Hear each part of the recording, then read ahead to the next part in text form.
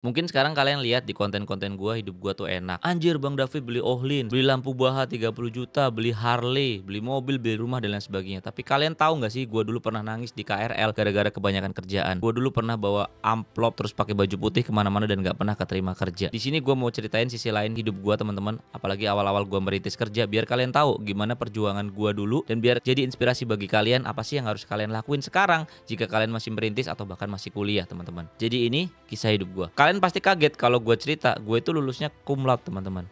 Nilai gue bahkan 3,7 kayaknya IPK-nya.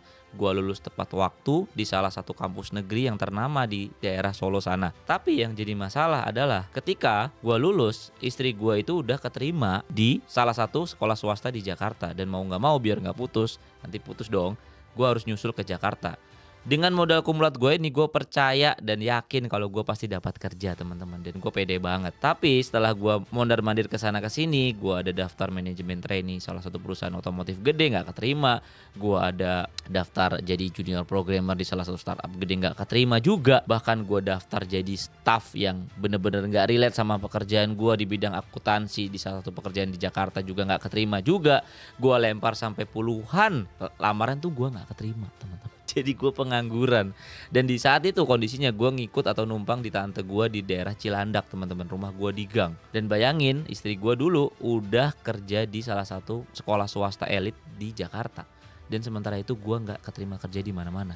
Sampai pada satu akhirnya teman-teman, gue itu dikabarin sama om gue kalau dia itu dapat pekerjaan sebenarnya di salah satu SMK swasta yang kecil di pinggiran Tangerang sana. Tapi dia nggak bisa masuk karena dia masih ada kontrak kerja. Akhirnya gue gantiin dia teman-teman. Jadi guru SMK multimedia teman-teman. Bukannya jadi guru jelek ya. Gue mau disclaimer ke kalian di sini, bukannya jadi guru jelek. Tapi itu bukan impian gue. Lu bayangin, seorang cum laude lulusan negeri tiba-tiba jadi guru SMK multimedia lagi.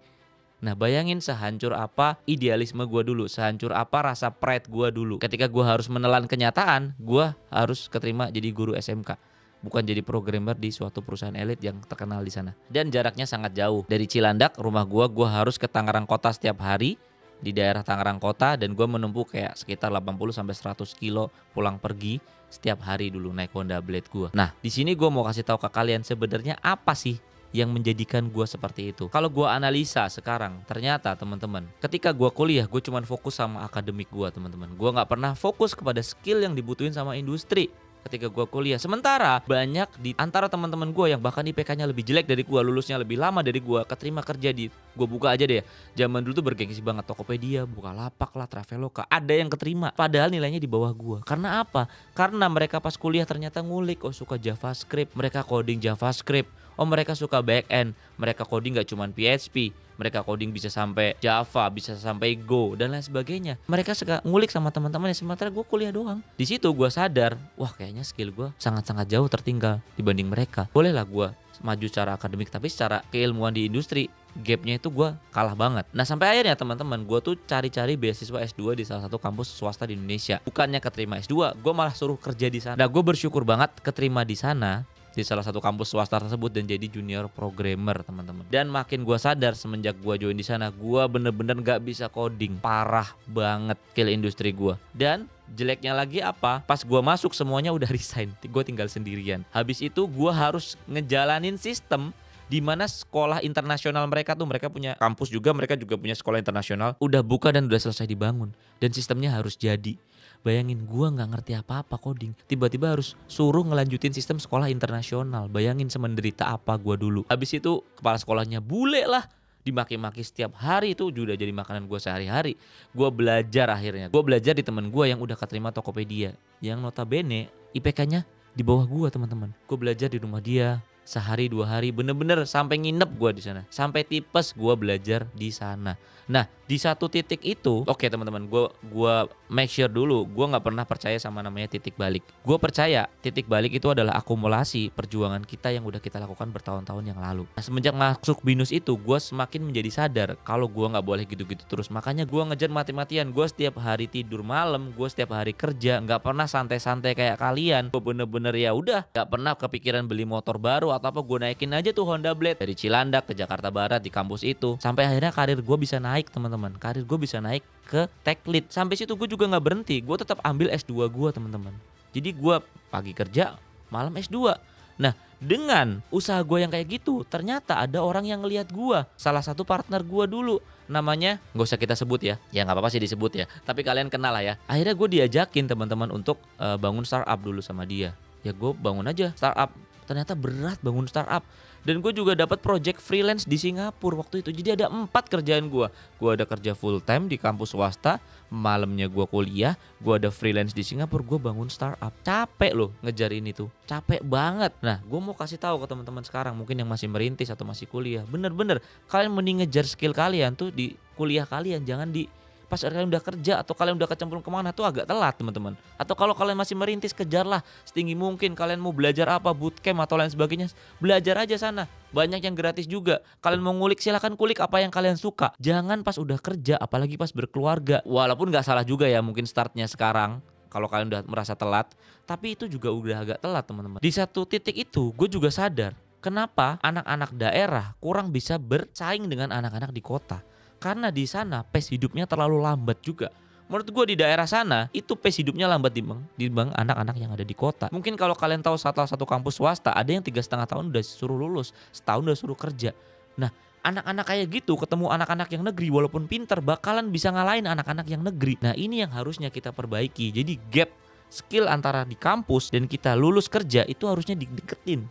Biar kita tuh nggak kagok pas udah kerja. Nah teman-teman, kalau kalian lihat gue seperti ini sekarang, gue sebenarnya stres ketika 4 itu jalan semua. Apa yang menolong gue adalah ketika ternyata salah satu startup gue itu diakuisisi sama startup lain di bidang kesehatan. Jadi gue dulu buat startup, ada website lah. Gue dari dulu main website teman-teman, makanya gue sering bicara tentang website.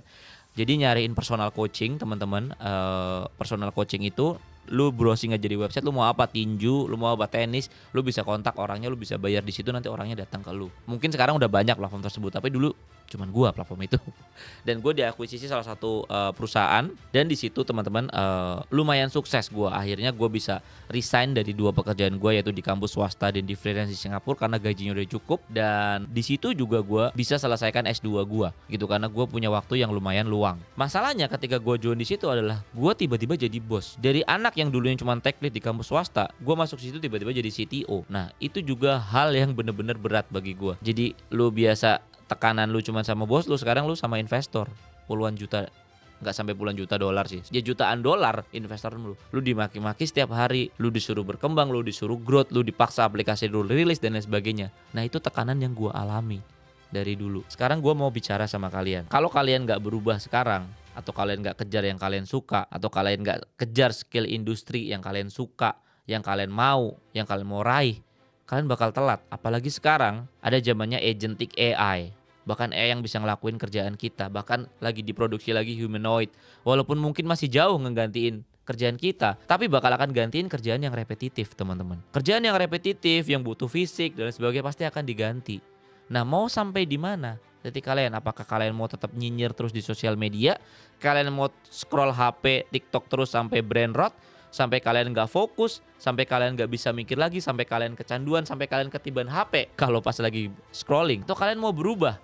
Kalian mau belajar? Kalian mau kejar mimpi kalian? Kalian mau push boundary kalian? Nah itu pilihan kalian. Mungkin gue udah panjang lebar ngomong di sini, tapi gue mau kasih closing statement buat kalian. Closing statement gue adalah kenapa banyak hate comment di sosial media di Indonesia, kenapa netizen Indonesia bener-bener gak sopan, bener-bener ribut dan lain sebagainya. Karena biasanya orang yang nulis hate comment di sosial media itu gak puas sama diri mereka sendiri. Jadi mereka melampiaskannya ke sosial media, di mana mereka bisa berekspresi secara anonim, tidak ada tanggung jawab dan lain sebagainya. Jadi kalian sekarang milih, mau jadi orang yang seperti itu, atau mau jadi orang yang berubah. Thank you banget udah nonton YouTube gue, semoga kalian terinspirasi akan kisah hidup gue.